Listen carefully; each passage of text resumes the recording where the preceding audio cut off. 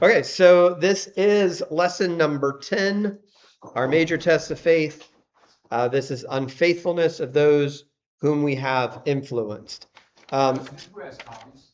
I handed some to Bert, and then Bert's making more. Bert's printing some more. Okay, yeah. So I did make. I think I only made 10, so he's making some more. This one's kind of straightforward.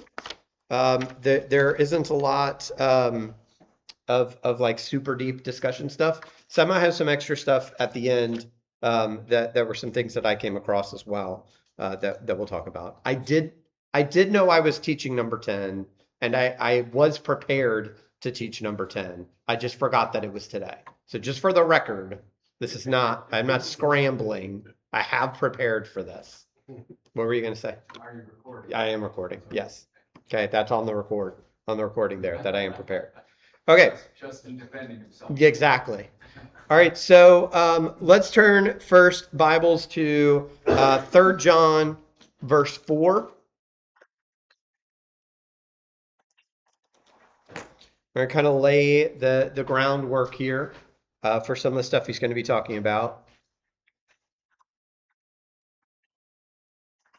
So the short little blurb here, a Christian experiences great joy when people he has influenced obey the gospel. His faith, however, can be tried when many of them fall away. So the people that we interact with, the people that we teach, right? The people that we know and love and trust, right? That if they fall away, that can have an impact on us. So somebody want to read 3 John verse 4 for us? I have no greater joy than to hear that my children walk in truth. Okay. All right. So what did John say brought him great joy? His children walking in truth, right? We understand by that. What's John mean there? His children are walking in truth. They're following the scripture. Yeah. Who would his children be? His flock. His flock, the people he's influenced, the people he's taught, right? The people he knows. Right, he feels a fatherly connection. Right, we're not talking about blood relatives. We're talking about those that he's taught and worked with. And you can imagine as an apostle, how that would have been even more so. Yeah. Given his responsibilities, Right. Yeah, John would have no doubt that what he brought them was truth. I could question when I teach. Like, I know what the scripture says, but whatever else I'm trying to add to make that, to make sense of it, to explain, hopefully I want it to be right, but I can't be certain of it versus John, where if he's teaching with all authority. So yeah, if people are deviating from that, obviously they're walking away from the truth. But the joy in knowing that they're holding on to it, they're following it. Okay, let's look at 1 Thessalonians chapter 3.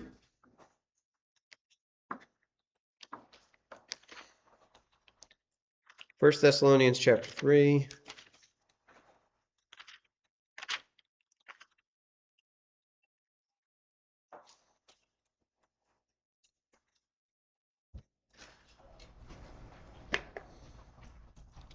And once you get there, somebody wants to read verses 6 through 8.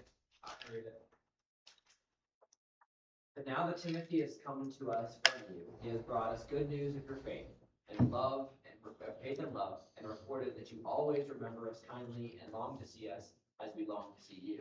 For this reason, brothers, in all our distress and affliction, we have been comforted about you through your faith. For now we live if you are standing fast in the Lord. Okay. All right, so how did Paul react when Timothy brought him a good report concerning the faith of the Thessalonians? He was comforted, right? Which means, the next question kind of leads into this. Considering this, how do you think he would have responded had he been told that they had left the faith?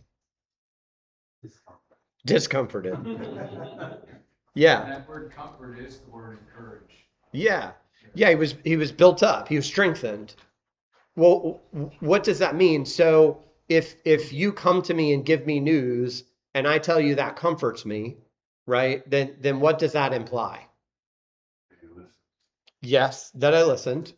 What else? What was my state before you told me something? Concern, right? It has to be, because otherwise there's no comfort, right? If you come and tell me that your car is red, be like, cool, right? Like, good for you if that's what you want, right? But if you told me you'd been in a car accident and that you're fine, right? And I'd been sitting with knowing that you'd been in an accident, and now you tell me you're fine. Okay, well, now I'm comforted, right? I'm relieved. So this implies that there's been worry, right? To some degree, Paul has been worried or concerned about them. So hearing that everything is good brings him comfort, right? Yeah, Yeah, I think there's just a natural inclination for all of us. Like, if I don't see you, or we Yeah. don't see each other for a while, there's a natural inclination to be like, hey, I wonder how Justin's been doing. Yeah. It's been a long time, whether we just live in different towns or whatever it is. Right. And we don't always just assume, I bet Justin is just doing everything like he's spot on. I bet he's as strong as he's ever been. I just don't see it. You know, Yeah. we start to get concerned about each other when we don't check in. I mean, on a small level, that's what we experience each first day of the week when we come Right. here and we're like, yes, Yeah. like Justin's still faithful. You know, Right. we get that from each other, that reminder, that comforting every single week, I think, you know, Yeah. let alone when you go months and months or however long it's been, years without seeing somebody. Yeah. If Berkeley, Berkeley comes back every couple of years. When Berkeley walks back in, you're encouraged. You're built up, however you feel about Berkeley. It's encouraging that he's here. It's encouraging that he's still, living the faith, right? And we see people that come through. Denny was here today. I don't get to see Denny very often.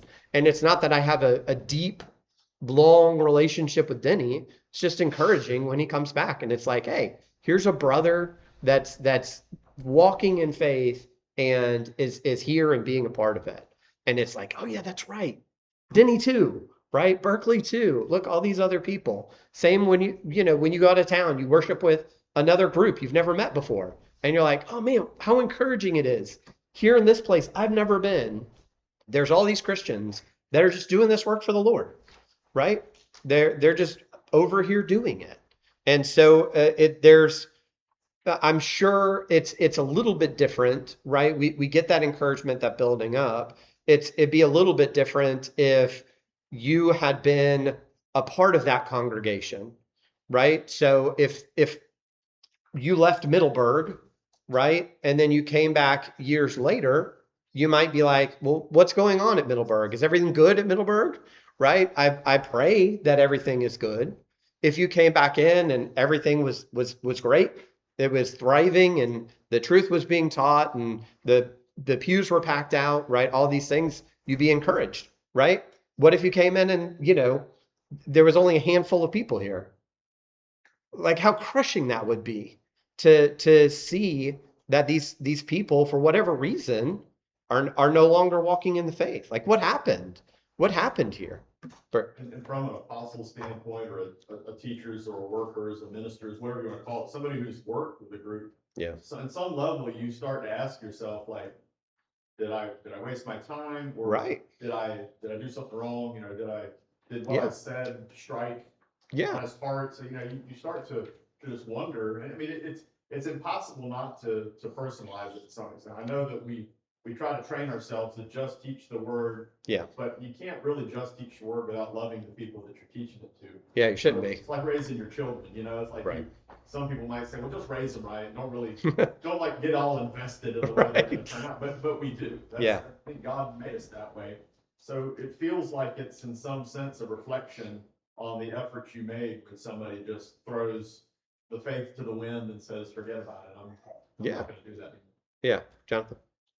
And Paul knew how quickly things could turn with the congregation. I mean, you'd be in Yeah. one city and a mob, rise up, and within a week you could have people dead. I mean, he Yeah. would walk into a city when he was Saul, and he would kill people, throw people in prison in a matter of days. Sure. So him being gone from his congregation for years, not seeing anything, he doesn't have the modern means that we have Yeah. to be able to communicate with people. Sure. So once he leaves the spot, Yeah. a week later, something could have happened. He doesn't know for years how they're doing. Right. There has to be a strain on him as an apostle, like we've been talking about. The great burdens on him to be one of only 13 people Right. to spread this gospel through the word. That's Yeah. immense strain. You can't imagine. Yeah. False teacher walks in and starts teaching error and leads people astray. Judaizing teachers, whether innocently or maliciously, come in and wreck that congregation. And it's not until Timothy comes back that you're like, okay, everything is good. So yeah, you can sense that. And again, most of us are not going to, be responsible for the existence of a congregation, right? Like I went to this place where no one had heard the truth, and I was the only one to go there and teach the truth. And those are my children in the faith, right? Most of us are not going to know that level, but just as we said, just being a part of a congregation, being a part of a group, being connected, and just thinking about those people, right? Or, some congregation you've been a part of, even if it was many years ago, right? If you hear something about them that's negative, like, oh yeah, well that church doesn't exist anymore, right? That this problem happened within it. They broke up, they divided up. Most of the people walked away from the truth. Like that would sadden you because you had been a part of it. So we can kind of feel that connection, even if we're not the ones that were doing the teaching, right? We could still feel that connection with other groups that we're a part of. Okay, so let's look at 2 Corinthians chapter 2.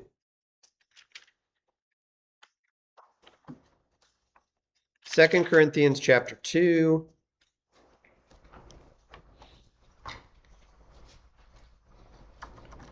And someone read verse 4 for us. For I wrote to you out of much affliction and anguish of heart and with many tears, not to cause you pain, but to let you know the abundant love that I have. Okay. So the question is, what are the emotions Paul felt as he wrote to the Corinthians concerning the problems that existed there? What do you see? Affliction and anguish of heart. Yeah, affliction, anguish of heart, right? Many tears. Grief. Okay, what else? Grief. Grief. Sounds like more emotion and pain that he had than being shipwrecked. Yeah, right. Yeah. One more emotion in there. Love. Right? Why does he feel the affliction and the pain? Because of the love. Yeah, because of the love. Like Bert was talking about before, if there's no connection there, if we don't get involved, right? I mean, to use the analogy we were talking about, if you had, driven past a Church of Christ somewhere that you had never visited, you don't know anybody that worships there, and sometime later you drive past and there isn't a Church of Christ there anymore, you would not feel like wrecked, right? You wouldn't be afflicted because you'd be like, oh, I wonder what happened.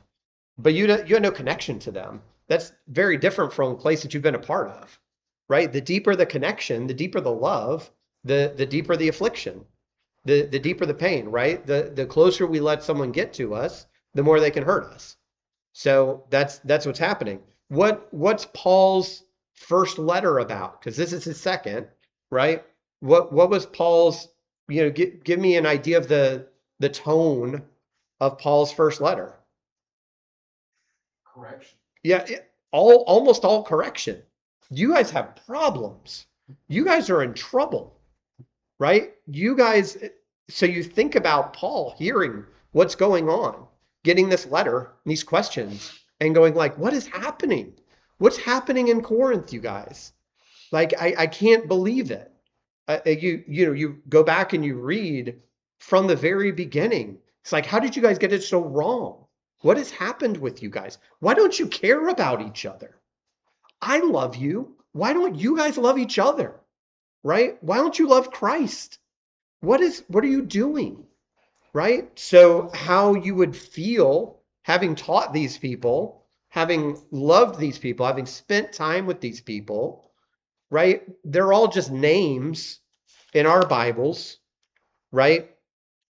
But these were people that he knew and loved, right? So when he writes about the one that has his, his father's wife, and it's like, you know, good for that guy. His name's not called out for all of history, but he knows who that is, right? He's like, Clint, what's happening? Like, why are you doing that? Right? So he would know these people, he would know what's happening there, and that would just deepen the pain, which is where we're going, right? Again, we're not going to be responsible, most of us, for congregations, right? But we're going to have connections to people. We're going to have connections to people that we taught, right? Young people that came up through our Bible classes that we taught or we interacted with at VBS, right? Or they're going to be just other people that we've been friends with, we've been connected with, and they're walking away from the truth. They're turning into sin, right? What that feels like. That's what we're trying to capture. Yeah, Case. I mean, I think as we're talking about how this can discourage us, the unfaithfulness of those whom we have influenced, I think this gives us a good example of what we do with that. Yeah. Because we do get really discouraged, and it's heartbreaking when you see someone who you've taught, when you have a close personal relationship, when you see him fall away from God. Yeah. And Paul, absolutely has that. Probably feels it more than we do. He says Yeah. his anxiety for all the churches daily is more than Right. any of the other tribulation he has to experience. But when he feels that, he turns it into something productive. Yeah. And he turns it into admonishment, he turns it into help. And he doesn't just distance himself to avoid further pain. Right. He puts himself more in there. And Yeah. opens himself up for more pain on the off chance that he can actually produce good results and turn it around. Right. This is a kind of a crazy thing, right? So Paul wrote this letter to Corinth and called them out basically on all of these problems, right? What's he going to spend a significant amount of time doing in 2 Corinthians? Comforting them. Comforting. He's going to spend some comforting time. What else is he going to have to do in 2 Corinthians? We're gonna have to go back over it and remind him again of all the things he told him in the first letter. Yeah. And doesn't he have to defend his apostleship? Yeah. So he writes them and he's like, you guys, what's happening? And there are people that got this that are like, who's Paul to tell us what to do? Like, where do you get off, man, to tell us what we're doing wrong? And Paul's like, are you kidding me? Right? Like, again, it would be really easy to be like, fine, do what you want then, right? I've told you the truth. You don't want the truth, you don't have to have it. But Paul's going to take the time to defend his apostleship. He's going to take the time to try and give them comfort, more direction, reminders, all these things, instead of just writing them off. So he is going to stay in that discomfort, right? He's going to stay in that pain, right? To try and help them out, to try and get them through. Let's look at question 4 then. Now we've kind of laid that baseline. So Christian hurts most when his own children turn their backs on the Lord. Discuss some reasons why this is an especially severe trial to one's faith. Yeah, go ahead, Jonathan. I think a big one is that, especially someone who's strong in the faith, or was strong in the faith, like I have a cousin who's a smart person. He knew what he was doing when he became a Christian. Yeah. He has a great mind, and when someone like that falls away, maybe a challenge to yourself is that they were smarter than I was. They knew exactly what they were doing. Yeah. Do I have it wrong? Because Right. they fell away. Yeah. And you have to remind yourself, no, everyone has their own choices, and they let their emotions and mind get too big. Yeah. And then they fall away. But that can be a big challenge to get across, because you look at someone that's so strong in it, you walk side by side with them in faith. Yeah. And they turn away. It just makes you reflect on yourself, and that can be a big challenge. But Yeah. you come out of it stronger. Yeah, for sure. Here's, I mean, I feel like for me as well as most people, nobody here likes to see something that spends a lot of time on go to waste. I can imagine like building something and then having somebody who was maybe building it with me just grabbed it and tore it down and ran Yeah. away. Like, I mean, metaphorically speaking, that would be terrible, but Yeah. in the literal sense, if you have a friend that you were helping see right and wrong and encourage them to start coming to church and they believed and were showing all of these great developments, these just proofs of progress, and then for them to just give it all up. Yeah. I mean, that's a huge waste of time, of resources and love that you showed to them. Yeah. I can't emphasize the time enough because that's Yeah. a very important thing here on this earth is the time that we have. Yeah. Time, effort, love, all the investments, right? That you make just being wasted. Like, how could you not feel that way? Right? How could you not feel that way from that? LJ. Yeah, I mean, obviously, we use children a little differently, but here, I think it's talking about your actual children. Physical, yeah, yeah. So that's why I'm taking it. You know, if they turn away and that's your longest ministry is your children. Yes. I've had them from the time that they could start learning Right. to this point. And so, you feel like if I failed with them, why would I even try with anybody else? Yeah.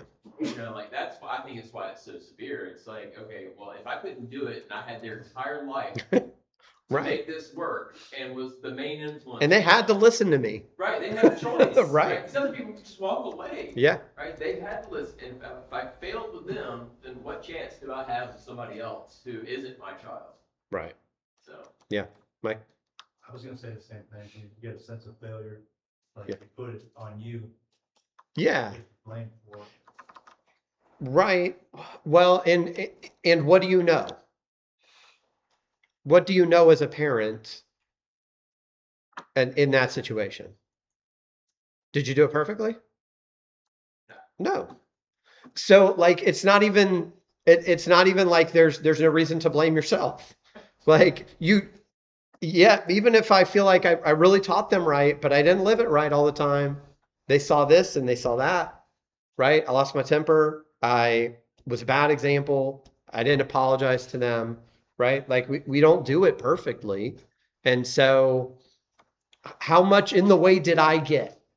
How much in the way did I get raising my child, trying to bring them into the faith? I know the truth did its job, right? But how much did I interfere with it because of the choices I made, because of the things that I did? Steve. I know I spent a lot of time praying for my children too. Yeah. And I think in my past, I've had too much pride and thought that God didn't hear my prayers, things like that. So I think we can take offense to that. We can challenge our own faith. Yeah. In that direction as well. I agree completely that we have a lot of time with them. And did I set the right example? Did I follow Jesus the way I should have so that I could lead them properly? Yeah. So we could beat ourselves up. Yes. And feel like a lot of prayer would have been heard. Yeah, sure. So Yeah, I think it could shake our faith for sure. Bert. It's the closest thing on earth to where we have as much skin in the game as God has in the game. Right. With us. There's not another Yeah. relationship quite like that where, God's our creator.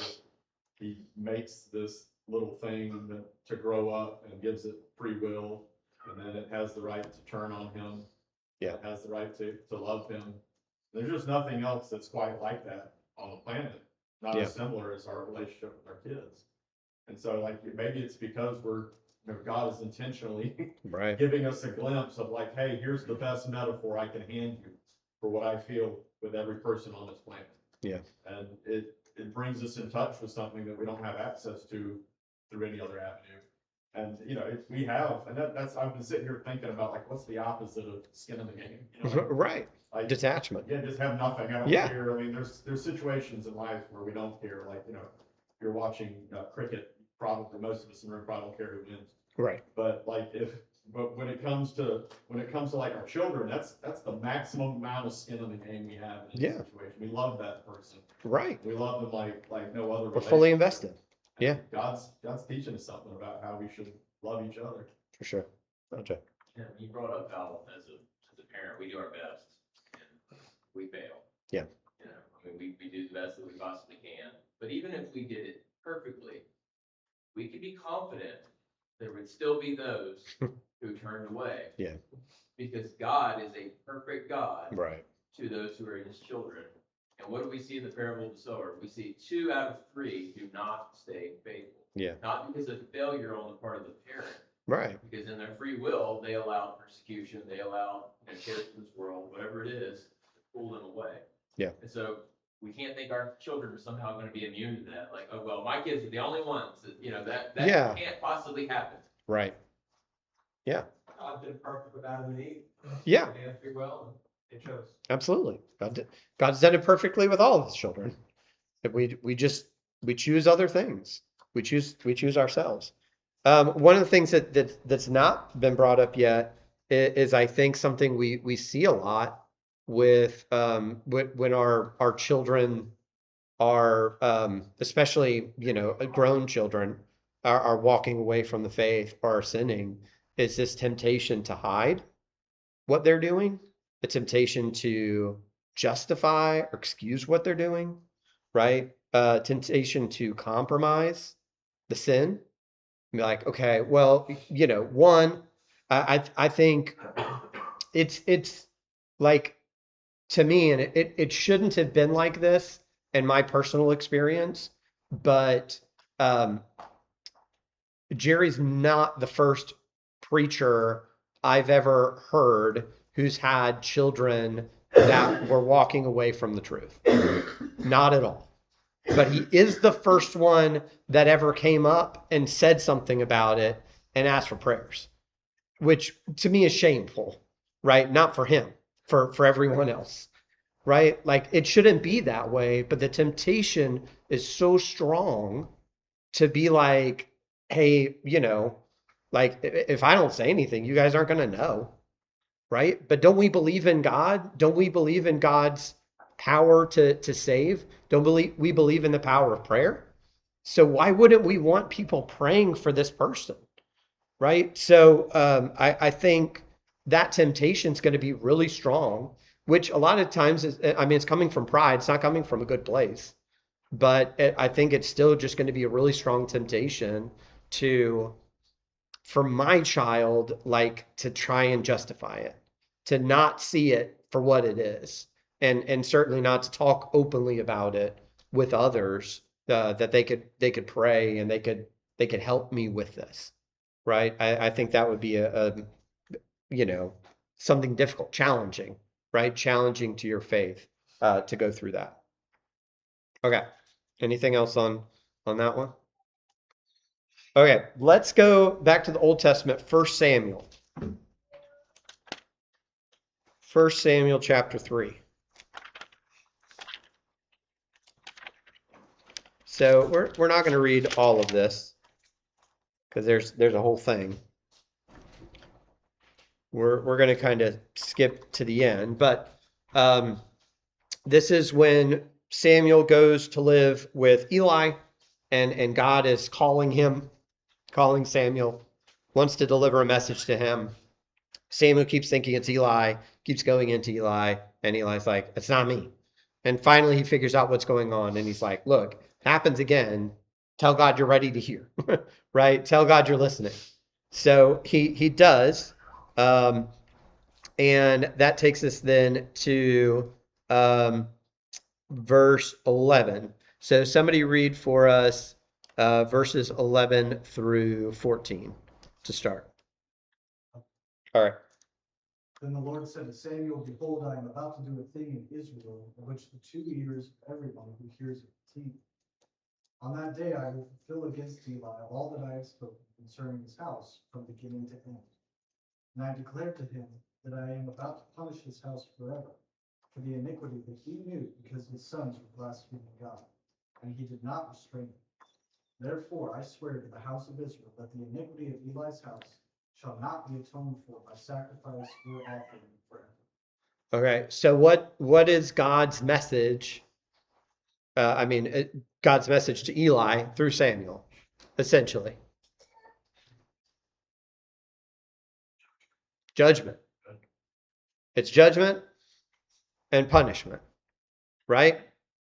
I found you and your family guilty, and what? no more sacrifice and atonement. Yeah, there's no coming back from it. This punishment, right? What I'm about to bring about is not going to be reversed. I'm not going to change my mind. It's permanent, right? It's I'm not going to forgive it, right? I'm not going to change my mind about this. This is going to happen. I mean, he says it forever, twice. I'm going to punish his house forever, right? For the iniquity of his sons. Because of what's happened in his sight, I'm going to do this. I mean, this is the perfect example of he who knows the right thing to do and Mhm. fails to do it, to him is sin. Yeah. Because God says, for the iniquity that he knew, Hmm. he knew about it, and he didn't do anything about it. He Yep. did not control his. Yeah. And that's a punishment on them, and it's a punishment on Eli. It's both, right? This is on Eli's house because Eli didn't take care of his house, right? Eli should have, but he chose not to. Okay, so that's the message that now little Samuel has to bring to Eli, right? So that's where we get to verse 17. Eli calls him, right? Tells him, verse 17, what was it that the Lord told you? Do not hide it from me. May God do so to you, and more also if you hide anything from me of all that he told you. Hey, if you don't tell me what God said, may God do all the same stuff to you, right? If it's bad, then you better tell me. Okay. Verse 18, so Samuel told him everything and hid nothing from him.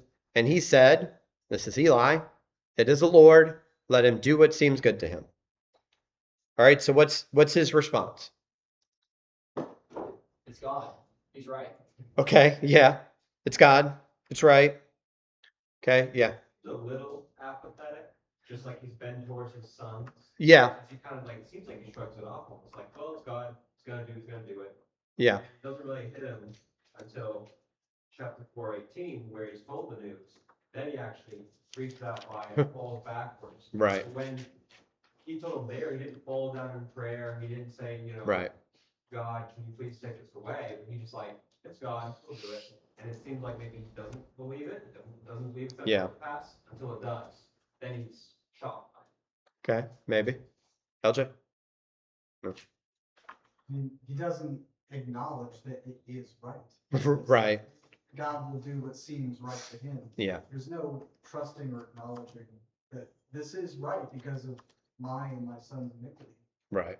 God is being just here. It's like, well, if it seems like it's good to him, then he's going to do that.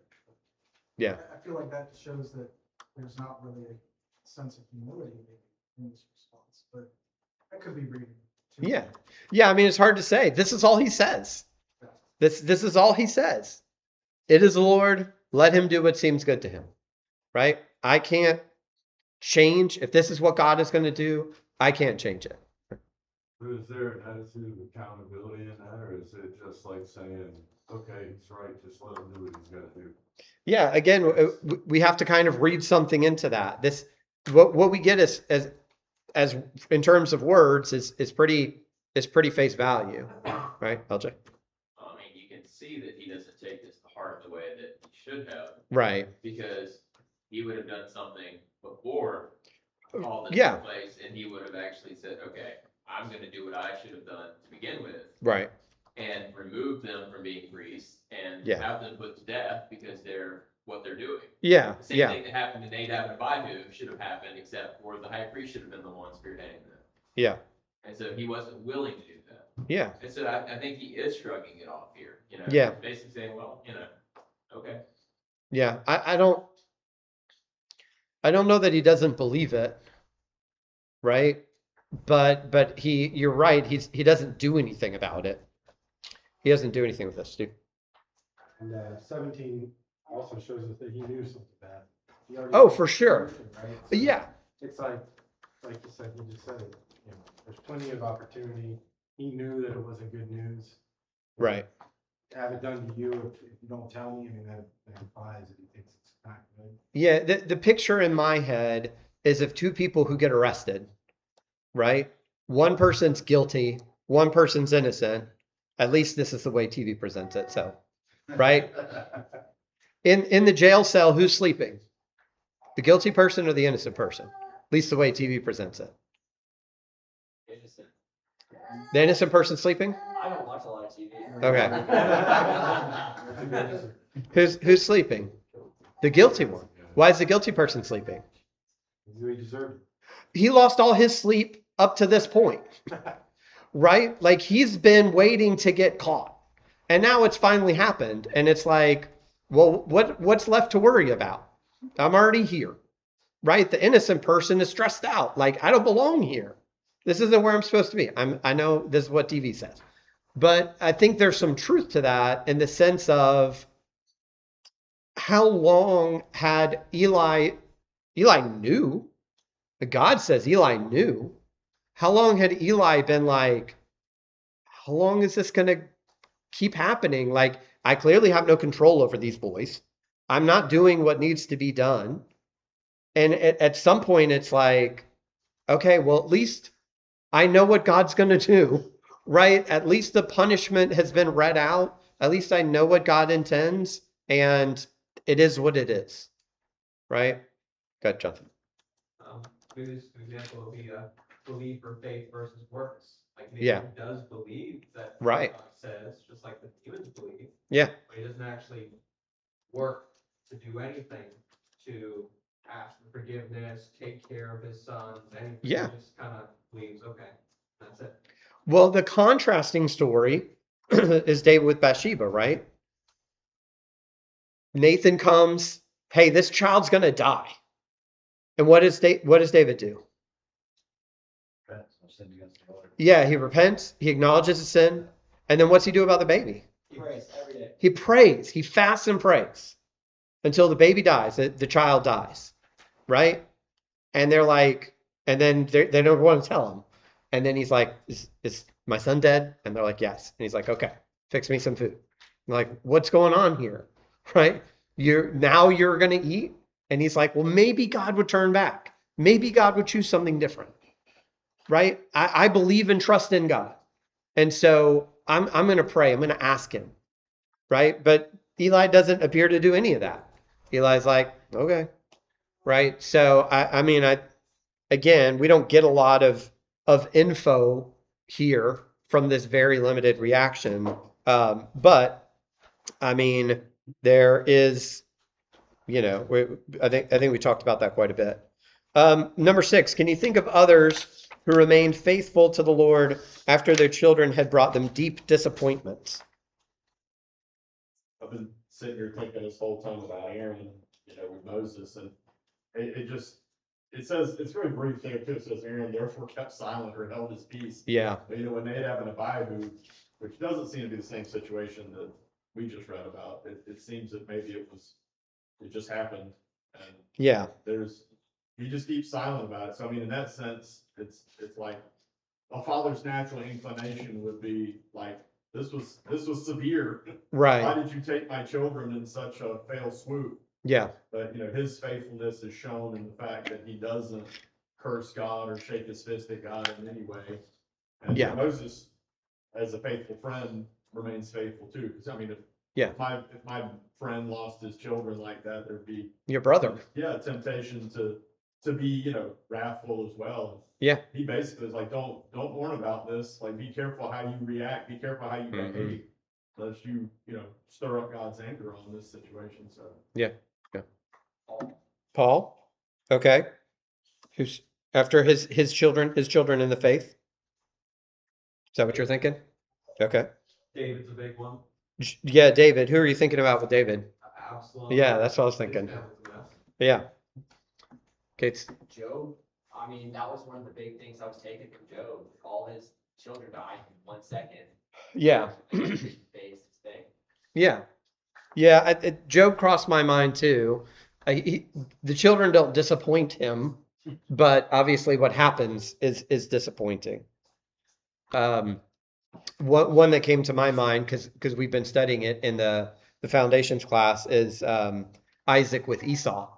Where Rebecca comes in and is like, I hate my life because of who Esau married, right? Like Jacob's got to get out of here. But how upsetting that must have been to Isaac to see this son that had so much promise turn away all of these things, reject all of these things, and then pursue these foreign women. Yeah. I mean, I think Jacob was also disappointed when he found out his son was dead, and then later. Yeah. Did he find out that he was alive ever? Yes. Yeah, I just because have he a came to terrible him. time remembering the story, so I'm sitting here asking Joey. I was so confused. I was, Yeah. He comes back. Joseph comes back and gets him. He gets to see him and his sons. Yeah, I couldn't think of a lot of. Did anybody have any other? Did Samuel himself have some sons that turned away?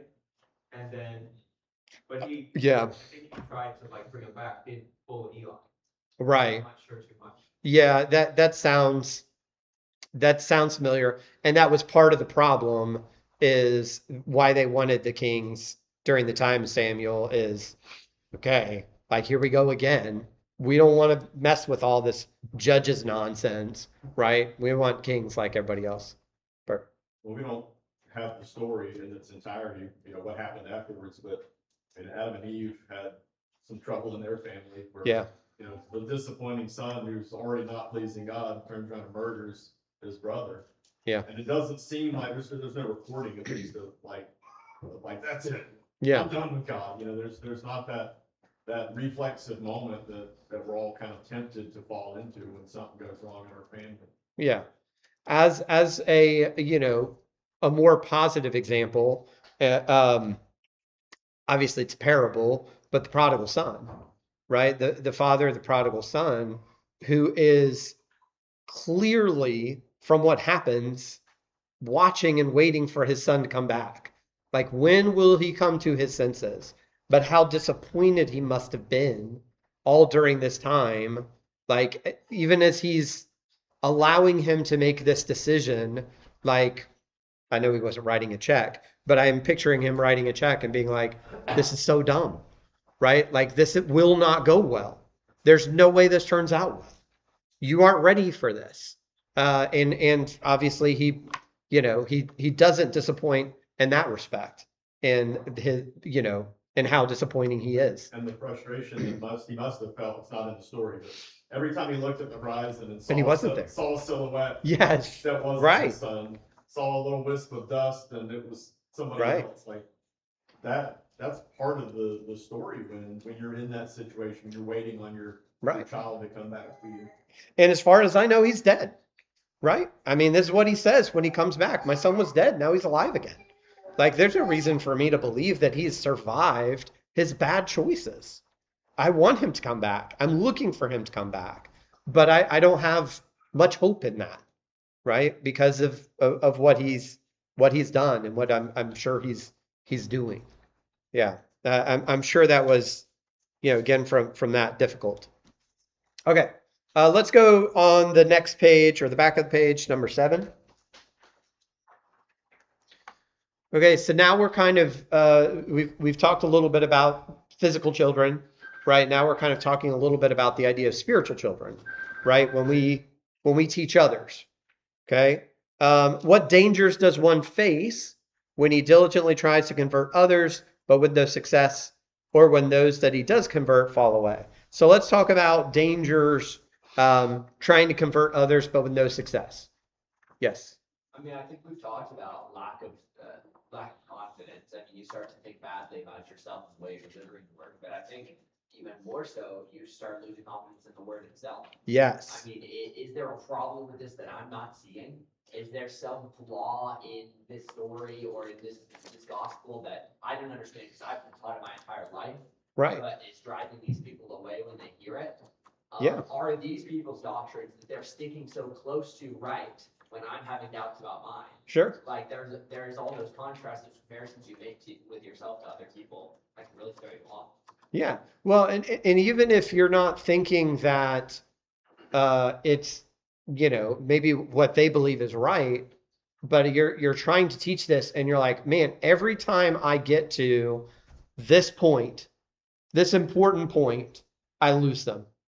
Right? They're with me. They're with me. They're with me. I get to here, and they stop. They turn away. What would be the temptation? Don't teach that point. Don't teach that thing, right?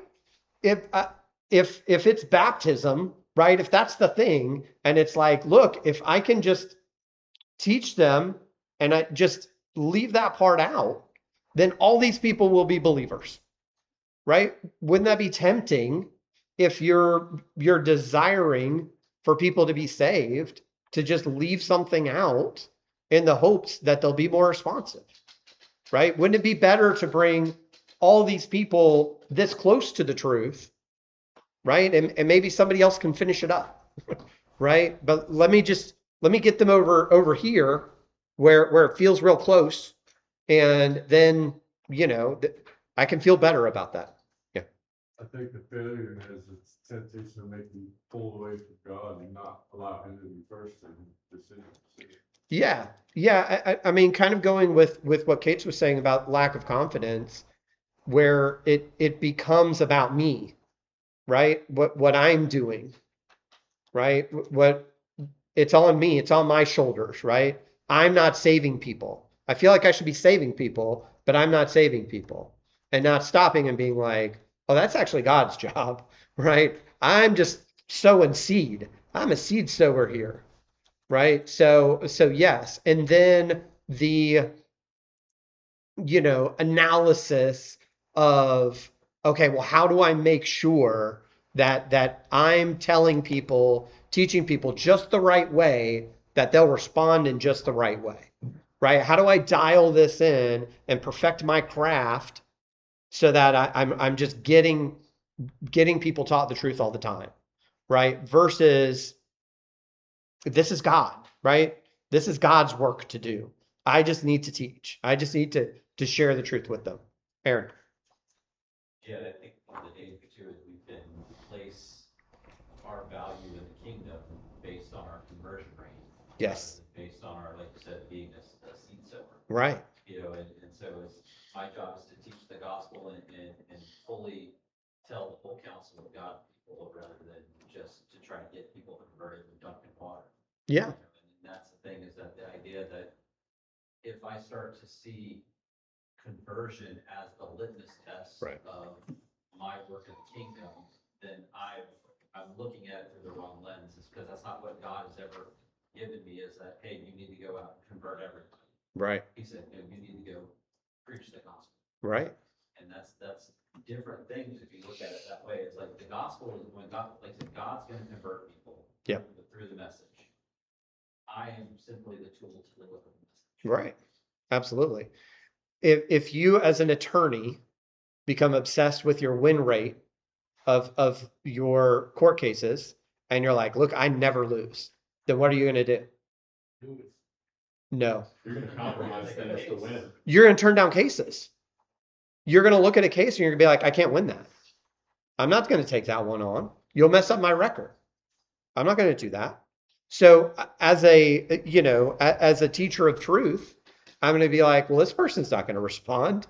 I'm not going to try and teach them, right? Because they're not in the place that I need them to be for me to start teaching them the truth, right? That's somebody else can worry about that person that I know. I need someone that fits this specific profile. And if they fit this profile, then I've got the message for them. But if they don't, then I don't have anything for them, right? I'm not going to waste my time with it. So I think there's a lot of self-focused ways we can kind of go about that. Bert, you have your hand up? Yeah, I mean, I touched on it earlier a few questions ago, but I think there's a temptation to become callous and closed off. Yes. Too. That, one of the most amazing things about Jesus is how he seems to love and connect. And obviously he does what I'm saying. It actually comes across that way. What we read, Yeah. He seems to love and connect with every person that he talks to. Yeah. Even some of the people that you can tell aren't there for the right reason. Mm-hmm. And that's hard. And it's hard to be open, because love requires vulnerability. It's hard to love people when you suspect somewhere inside of you that they're probably not going to love you back, or they're going to they're going to take advantage of it somehow. They're going to use you. And that's a real temptation that, maybe you've had some successes that got you lit on fire and you're like, yeah, this is great. Yeah. And you have some things that don't go well and it tends to snuff it out. And you're like, all right, different approach. Not going to be not gonna be so like connected with these people. Right. I love them so much. Yeah. I'm just gonna like cold hard facts them. Yeah. Become like a detective who doesn't feel anything, you know? Right. And it's just the facts. And then we miss out on what Jesus was showing. It's like, we're not connecting with people. We're not showing people the love of God through our actions, through our own concern for them. And at some point, like, why bother any of that, right? Like, people this day, they just don't want to hear the truth. The people of this age just don't care about the gospel.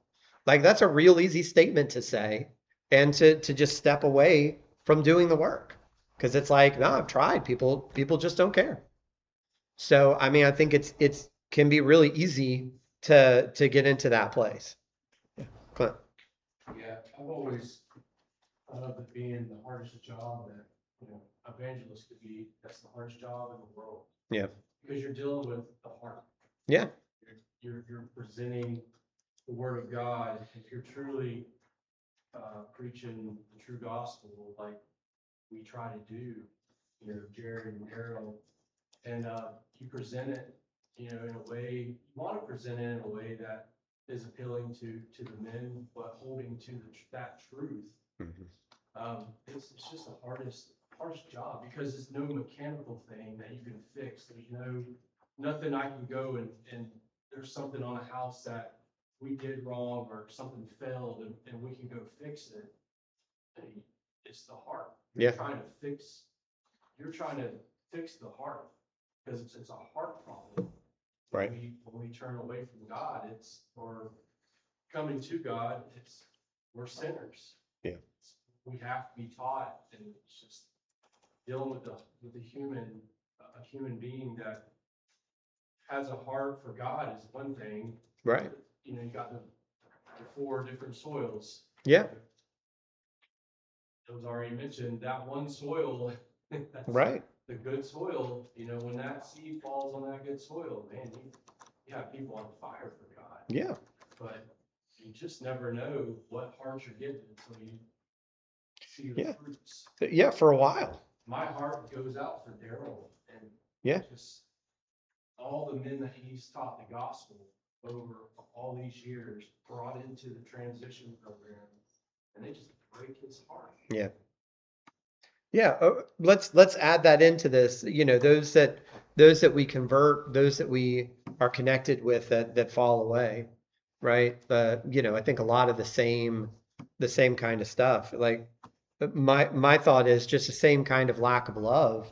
I mean, it'd be really easy to say, all right, statistically speaking, Daryl, don't bother converting someone with drug charges, right? Just don't bother, because they're going to struggle more than other guys will. So find people with these different things, right? But if it's drugs, then just don't bother teaching them. It's not going to be worth it, because they're going to struggle. They're going to run into issues. We've just seen it too many times, right? That would be really easy to say, right? And justify, right? I could be like, oh, that's pearls before swine, right? That's it right there. Just don't do it. But again, like that's not what we're supposed to be doing, right? We're supposed to continue to show the love. It would be really easy for Daryl to be transactional, or for many of us, right, to be transactional with the people in the transition program, and to be like, I'm glad you're here. You're supposed to be here and doing these things, right? Like I'm glad you're here, glad you're learning the truth. That's as far as this relationship needs to go. Because I don't know what's going to happen with you. You're going to stick around, you're not going to stick around, right? You're going to be engaged, you're not going to be engaged. But there's no reason for me to like care about you, because I don't know what's going to happen, right? And if I care about you and you walk away, it will hurt me. So I don't want that. So it's really easy to get into that place by just rationalizing those kinds of things and try and protect ourselves. Yeah, Robert. That's the importance of knowing the word. Yeah. And knowing that you're not surprised by us or anyone falling away or not coming to the truth, because it's set out in scripture that these things are going to be like that. And there is a way that leads to life if you find it, right? Yeah. They went out among us because they were never really of us. Yeah. I mean, just believing that, and then of course, knowing God has all that under control and that we have just a small part in converting. We just, like I said, sow the seed, water, so Yeah. God's given the growth. And Let God do it. ultimately, it's the deceitfulness of the heart that each one of us have to allow God to overcome. Yeah. And all of us to encourage one another and convince one another that this is our life. Christ is our life. And when we get away from that, we're gonna fall away. Yeah. I mean, we really have to believe that. And it's so easy to fall away. Yeah. And thankfully, Daryl didn't give up on me Right. and gave me a chance. Now he's got 3 more grandkids and 1 on the way. Just to publicly announce that. Yeah. Congrats. Yeah. Yeah. It kind of goes on, Go I ahead, was Tim. gonna say, I guess with the love that we were speaking of in the very Yeah. beginning, you know, how he felt. Yes. Like with Daryl, the consistency that he shows by loving us as, you know, who we are and Yeah. giving us the gospel. Yeah. The consistency is what makes the difference. In like, so the coldness is one side of the coin, right? So one side of the coin is to disconnect, right, and to not show love. But the other side of the coin is to be so caring, right, in some of the wrong ways that we are denying ourselves, deceiving ourselves about what's really happening, right? We see people that are engaged in sin and we are trying to like not see it, right? We're trying to not call attention to it, right? And be like, well, you know, I don't think it's as bad as all that. Hey, I don't know what's happened to them. They moved away. It's like, yes, you do. You do know what's happened to them. You know they don't serve God anymore. You know they don't care, right? But it's easy to be like, well, I've heard, that every once in a while they show up at this church, and it's like, well, you know that's not faithful living. You know it, but it's easy to deceive yourself, right? And kind of deny reality of what's happening and just try and not be hurt, right? This is, I don't know if she'll ever listen to this. This is my grandmother's life, right? Is a family full of unfaithful people, right? That she deceives herself are faithful. Like, oh yeah, well, so and so was baptized however many years ago. Like, and right, he doesn't care about God at all. He has no desire to serve him, to do anything for anyone else. You cannot deceive yourself and be like, he's fine. He's not fine. He doesn't love God. He's not serving him, right? But we can get into that place where we start to trick ourselves, deceive ourselves about those things. See. I'm gonna probably just restate what Aaron said, but I think the more I read that question, but with no success, it comes down to what are we defining success? Yeah. And so I know when I've done a lot of homeless ministry, tons of drugs and all that. Yeah.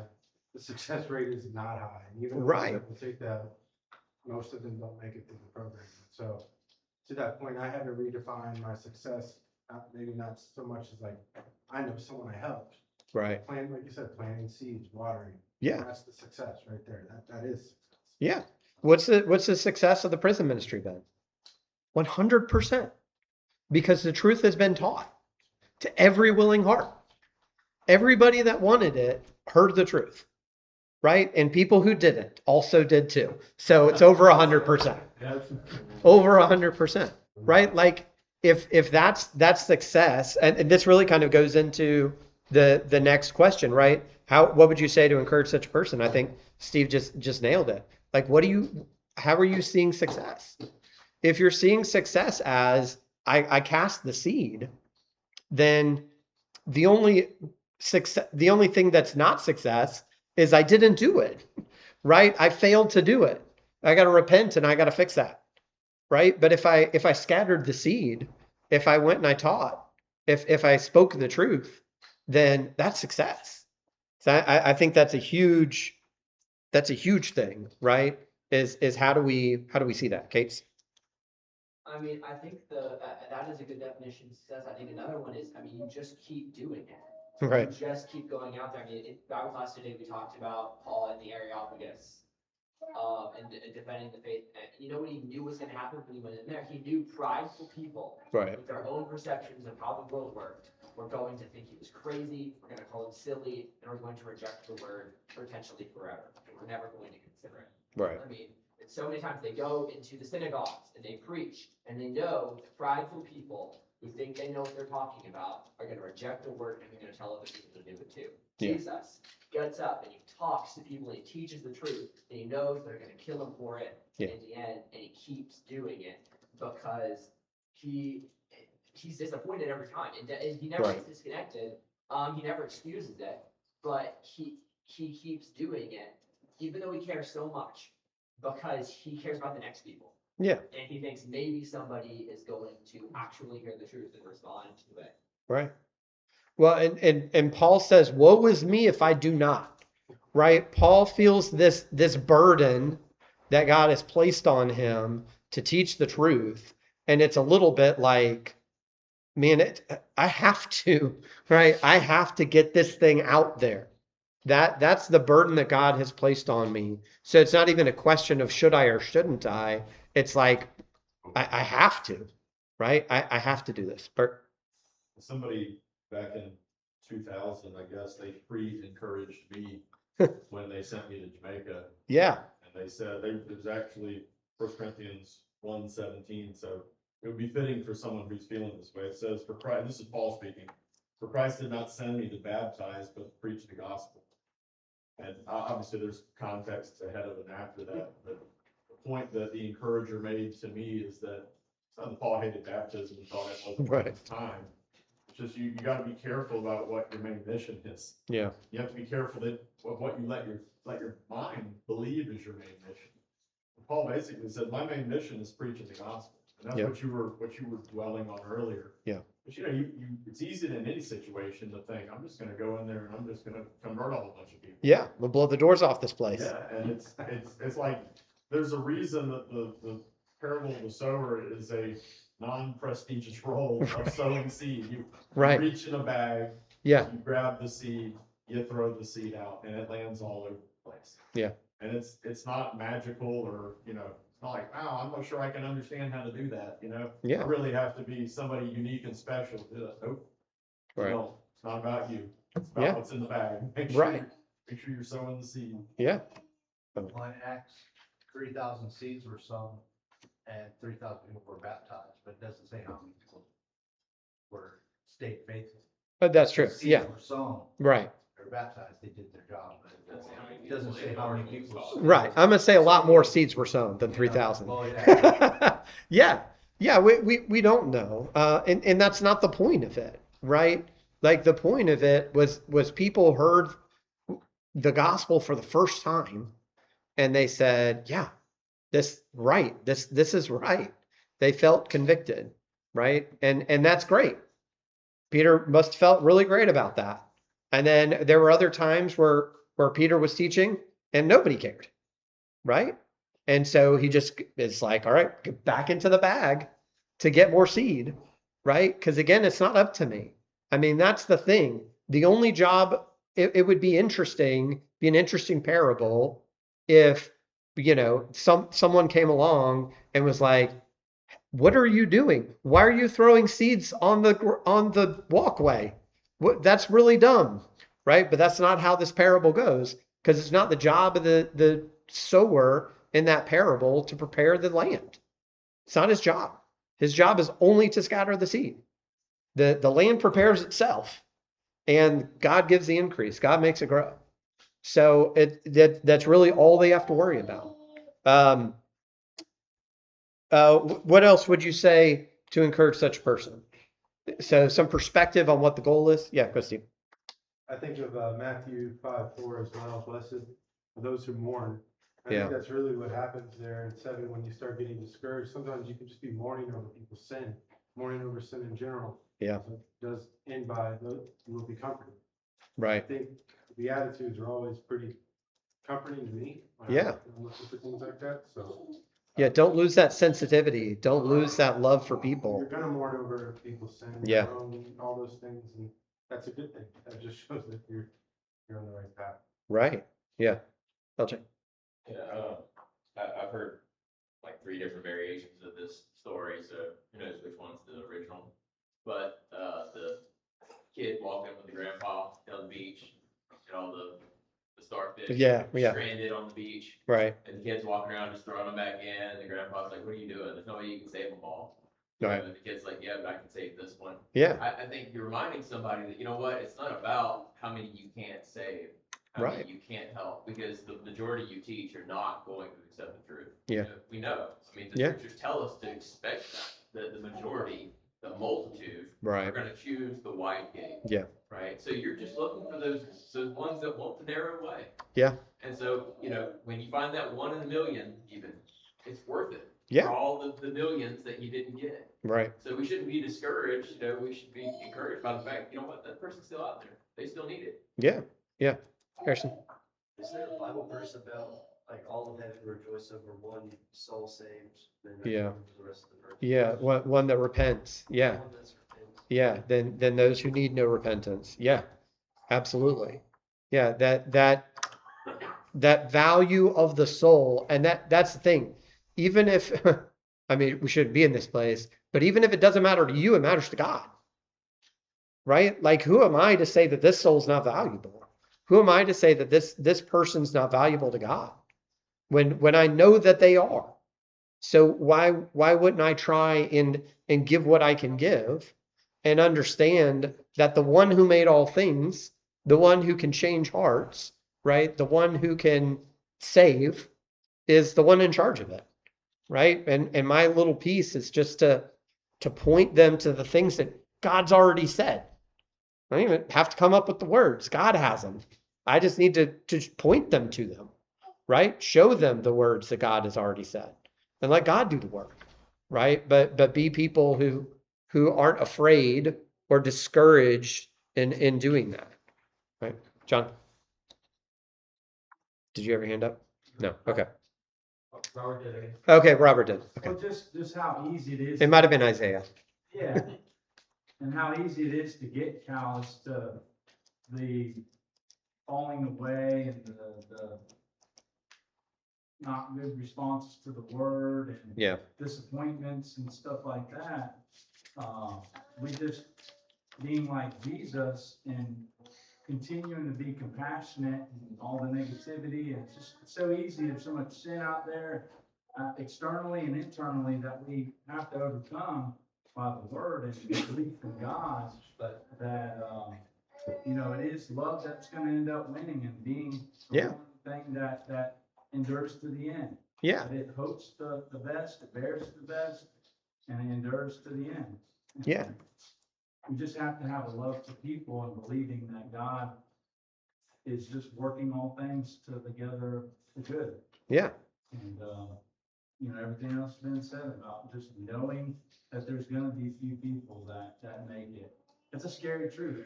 Yeah. It really is. It's hard enough for us to get to the kingdom. Right.